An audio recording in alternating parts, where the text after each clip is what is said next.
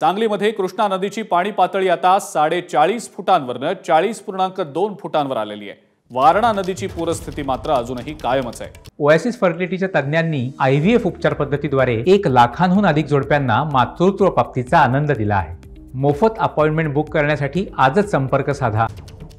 कृष्णेची पाणी पातळी 40.5 फुटांवरनं 40.2 फुटांवर आलेली आहे, कारण अलमट्टी धरणातनं पाण्याचा विसर्ग पुन्हा एकदा वाढवला गेलेला आहे। जिल्ह्यातील 4062 नागरिकांनी आतापर्यंत स्थलांतर केलेलं आहे।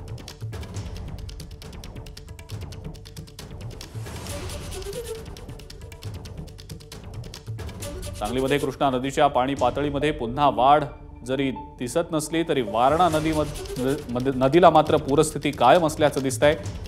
अलमट्टी धरणातनं पाण्याचा विसर्ग वाढवण्यात आलेला होता, त्यामुळे कृष्णेची पाणी पातळी काहीशी कमी झाल्याचं दिसतंय। आतापर्यंत जिल्ह्यातल्या 4062 नागरिकांचं स्थलांतर करण्यात आलेलं आहे। या सगळ्या नागरिकांना सुरक्षित स्थळी आता हलवलं गेलेलं आहे। जिल्हा प्रशासन सतर्क आहे, सगळ्या यंत्रणा देखील जिल्हा प्रशासनानं सज्ज ठेवलेल्या आहेत। कुलदीप माने आपले प्रतिनिधी आपल्या सोबत आहेत सध्या, या संदर्भातली अपडेट त्यांच्याकडनं आपण जाणून घेऊया।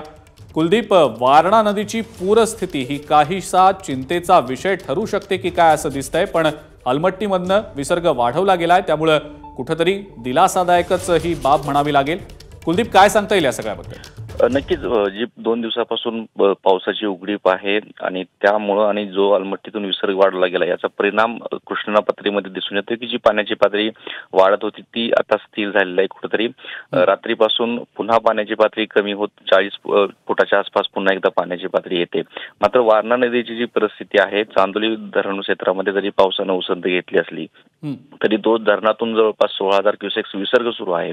त्यामुळे जे वारणा नदीचं पात्र आहे ते तसंच आहे, त्यामुळे वारणा नदीमधील पूरस्थिती अजूनही कायम आहे। मात्र पावसाचं जे प्रमाण आहे, पावसाच्या प्रमाणावरती आता इथून पुढची पाण्याच्या पातळीची गणित अवलंबून असतील। जर पाऊस अचानक वाढला तर पुन्हा एकदा धरण क्षेत्रातून विसर्ग वाढवला जाईल आणि त्यामुळे पुन्हा पाण्याच्या पातळीमध्ये कृष्णा नदीच्या देखील वाढ होऊ शकते।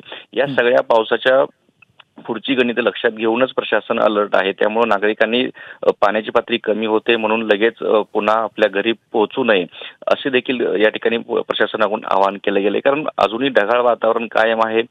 पाऊस कधीही पडू शकतो आणि कधीही पुन्हा विसर्ग वाढवला जाऊ शकतो। त्यामुळे हे पावसाचं आणि या ठिकाणी नदीच्या पातळीचं जे खालीवर येणं आहे, पाण्याची पातळी कमी जास्त होणं हे पुढचे काही दिवस सतत राहील अशी म्हणजे सांगलीकरांनी देखील सतर्क राहणं सध्या तरी गरजेचं आहे। कुलदीप, धन्यवाद आपण जी माहिती दिली त्याबद्दल। एबीपी माझा, उघडा डोळे बघा नीट।